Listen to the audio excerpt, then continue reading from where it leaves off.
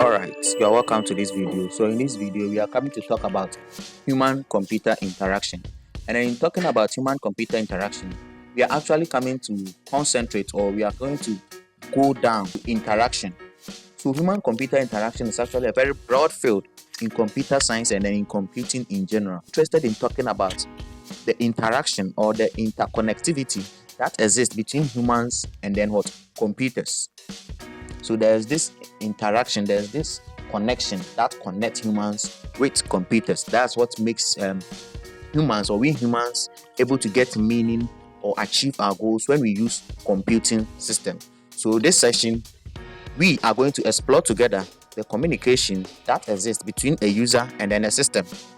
So, which is the interaction. So we are going to examine certain models of interaction that actually helps to identify and then evaluate some components, and then we are going to consider physical, social, and organizational dimensions. All right, so we'll be talking about interaction models. The very famous one, which is the Normans execution evaluation model. We'll be talking about the user and then the system, and then the steps in the Norman cycle. All right, so we have the user and then we have the system. So once someone is using a computer, when you go to an office and someone is using a computer, we have the user and then we have the system. Now, with the user and the system, each one has its main purpose that it serves. Or to put it in another way, the humans or the user have goals and then intentions or tasks that he or she wants to achieve by using that computing system. So the human have goals and then intentions and then tasks to achieve, and then the system operates through commands. All right, and then the humans also communicate with the system using the task language or the goal language, and then the language that the system also understand or the computing device understand is the core language. Okay, so the interaction actually involves at least two participants. So we have the user and then the system. So both are complex and then they communicate very differently. There is a vast difference that exists between the communication existing between the user and then a system. So the interface is what bridges the gap. So it is the interface that must effectively translate between them to allow successful interactions. The interface that's what connects them together. It is like a bridge that takes you from one point to another. So that's why this video we are interested in the interface, because actually the helper or the savior or the messiah that help us to decide between to achieve our goals when we have a user and a system. All right, so what happens when this connection or the trace translation fails? So this translation can actually fail at many points, and when this translation fails, humans lose track of what they wanted to achieve. Humans may not have the ability to achieve their goals.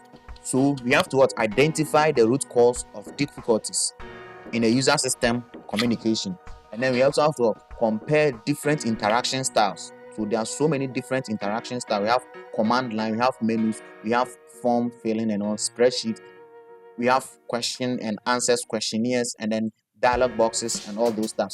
And then we also need to improve a framework in order to address and resolve interaction problems. All right, so one of the most popular or famous interaction model is actually the Normans model of interaction. So what is this Normans execution evaluation model of interaction? So the name actually give us a clue or an idea of what this model is actually about. So we have the execution and then we also have the evaluation. So what the Normans model does is that it is the most influential in HCI. This is partly because of its closeness to our intuitive understanding of the interaction between human and then computers. What this is trying to tell us is that the Normans model actually is closer. The model is modeled after how similar to how humans think about computers.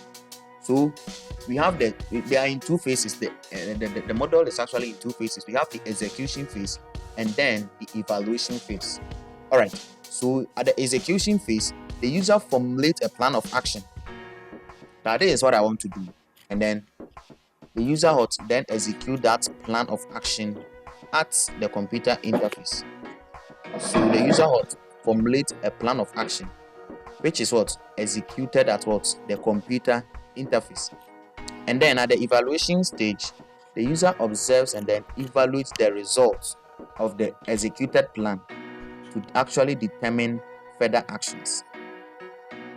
So what this means is that, let's say the user wants to switch a bulb. So that's what normal used to describe it. Let's say a user wants to switch on a bulb. So the user have to formulate a plan of action, and then you have to execute that plan of action even at the computer interface. So once that plan of action has been executed, the user then observes and then evaluate the results of that executed action to see whether the action or the goal that he or she intended was actually successful or unsuccessful. So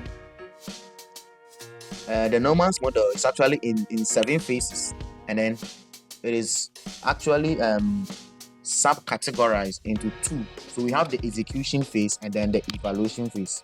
So the execution phase involves the establishing of the goal, forming the intention, specifying the action plan, and then is actually executing the action. So once the user have the goal, knows the intention, and then specify the action, the steps in order to achieve that goal, and then actually execute the action, hit the button, then the execution phase stops, and then we now enter into the phase of evaluation, which is the second phase. So at the evaluation phase, the user would actually perceive the system state, and then he or she interprets the system state, and then the user have to now finally evaluate against the goals that he or she have or had at first. So let's go a little bit deeper. Let's go deeper into it small. So the first stage is the establishing the goal.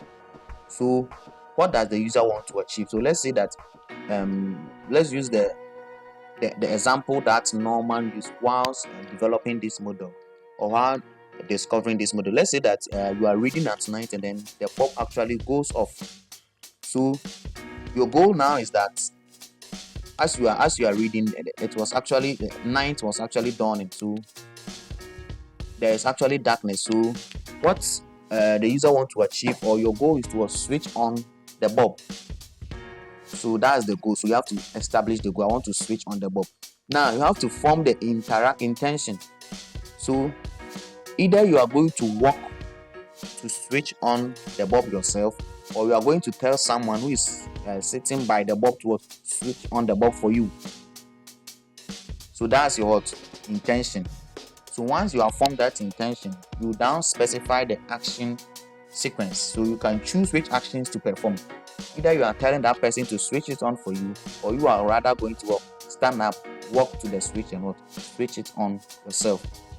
And then once you have specified the action sequence, you actually execute the action, you carry out the action. So either you are the one going to switch on the bulb, you wake up, you walk up and then go and switch it on, or whether you are telling someone to switch it on, you actually tell the person, and the person switches it on for you.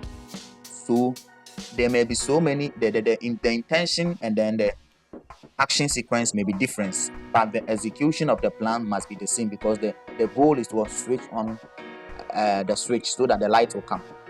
So there may be different intention and action sequence, but the action is always the same.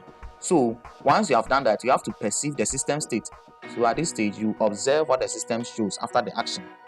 Was the bulb did the bulb actually switched on, or was it dimming or going off and off like that, or something? So you have to observe it, and then you interpret. You have to, at the interpretation stage, you actually making sense of the observed state. So you are making sense. Oh yeah, the bulb is on, so it is brightening. So yeah, I can continue studying or doing whatever I was doing. Or the bulb didn't come. Oh, maybe the switch is there's a problem in the switch, or maybe the bulb is dead or something.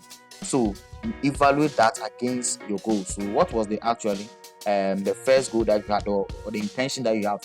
The goal was to switch on the light so that you can continue reading. So did you achieve that outcome? So that is the end. So you evaluate against the goals whether or not the action that you have gone through was successful or not. So this cycle actually repeats, and then the goals evolve, new intention form, and then the loop continues, then continues, then continues. All right, so thank you very much.